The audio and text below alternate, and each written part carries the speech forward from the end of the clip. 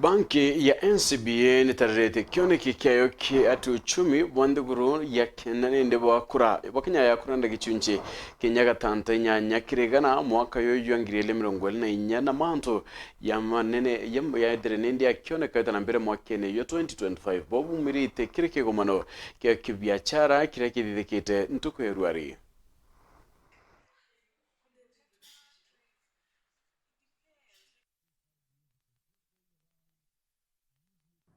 Today's economic forum comes at a time when the battle against inflation from both food, global commodity prices, restrictive cost of financing our business enterprises, and the volatile exchange rate is almost won.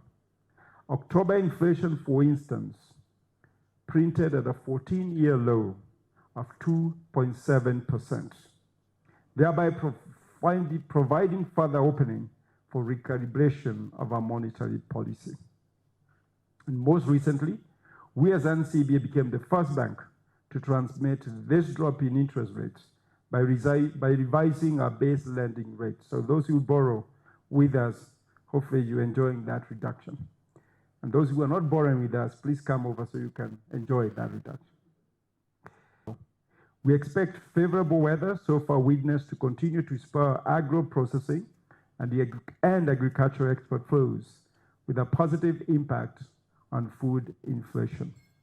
We expect the service sector to remain resilient, with most subsectors expected to grow at near long-term average rates. However, attaining this projected pace of GDP growth, which should primarily be led by the private sector, may face some challenges.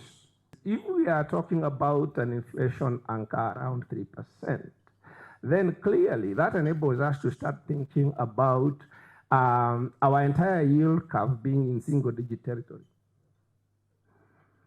Yeah, probably with 90-day T-bills around 5%, and hopefully with sort of the medium-term bonds not much more above 10, if at all.